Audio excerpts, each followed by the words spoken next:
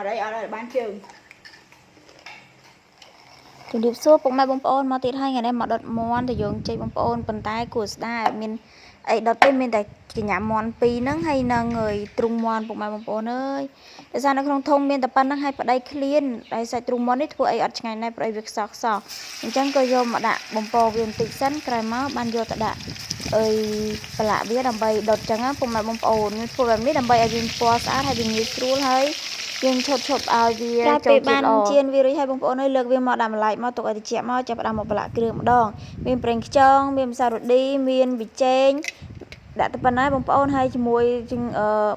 ម្ទេសបងប្អូនម្ទេសឆាម្ទេសយើងហូបមួយបាយប្រអប់បាយអីចឹងណាហ្នឹងហើយយើងចាប់ផ្ដើមលីងវាកូរច្បល់ចូលគ្នានេះមកលីងយើងច្បោកច្បល់វាចូលជាតិមកក្រោយមកក៏ដាក់ទ្រាប់បាតហ្នឹងមានគល់ក្រីមានរំដេងមានលក្រូចអញ្ចឹងណាបងប្អូនគឺខ្ញុំដាក់បែបនេះសិនហើយអត់ទាន់ចាក់អីចូលទេគឺដាក់បែបនេះហើយចាក់ខ្លាញ់ទ្រាប់បានតិចខ្លាញ់ដែលយើងជៀនសាច់ចោលហ្នឹងក្រោយមកតែវាឡើងក្លិនឈ្ងុយហើយអីហើយយើងចាប់ដើមចាក់ឆ្នាំងទឹកដែលយើងប្រឡាក់សាច់សល់ហ្នឹងកលែងវាចាក់ចូលមកកុំឲ្យខាតម្លងពេលដែលខ្ញុំដាក់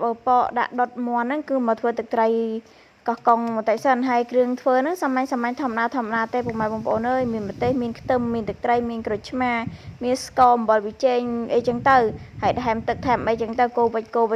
ចុងក្រោយថែមជាមួយនឹង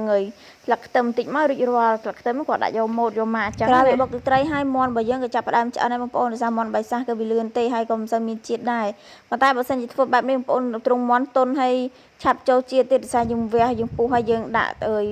វះវាបែបនេះវាចូលជាតិល្អបងប្អូនក្រោយមកទៀតយើងដាក់ត្រយូងចេកយើងចូលទៅទ្រាប់បាតទៅហើយដាក់តកួនថែមដោយសារតែត្រយូងចេកតិចពេកមកជាហៀងខ្លាយអត់គ្រប់បងប្អូនអើយមាន់ដុតអញ្ចេះណាបើថាបានបន្លែឆ្អិនយើងដាក់ដុតជាមួយជាតិជាតិដល់កហ្មងឥឡូវមាន់របស់យើងឆ្អិនអស់ហើយបងប្អូនយើងរៀបចំដាក់ចានមកមានទ្រុងមាន់ហ្នឹងហើយមានតកួនមានត្រយូងចេកមានតសក់មានស្ពៃជាមួយនឹងជីពណ៌ត្រីហើយនឹងការ៉ុតគឺមានតែប្រហែលមុខនឹងទេដោយសារតែ2នាក់ហើយម្ហូបសោះពេលព្រឹកហ្នឹងសល់មួយចានដែរដូច្នេះដុតប៉ុណ្ណឹងគឺគ្រប់គ្រាន់ហ្មងលក់មុនប្តីឲ្យសុំជើងមួយស្នប់ចិត្តở đây bán trường hơi lụt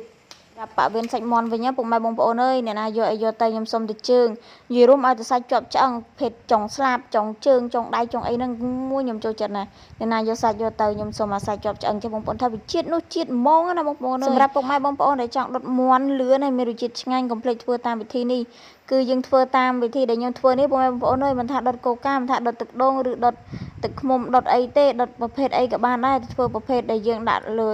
ជៀនបំពងមុនចេះគឺលឿនមែនតែនហ្មងហើយចូលជាតិល្អទៀតយើងងាយស្រួលចំអិនអញ្ចឹងណាបើសិនដូចឃើញនៅតាមហាងអញ្ចឹងគេធ្វើផ្លែតឆ្អិនណាបងប្អូនគឺធ្វើបែបទីនេះឯងចាំពុកម៉ែបងប្អូនសម្រាប់វីដេអូខ្ញុំមានតែប៉ុណ្្នឹងឯងបើមានកន្លែងណាខ្វះខាតលឺសូមខន្តីអភ័យទោសផងជម្រាបលាបាយ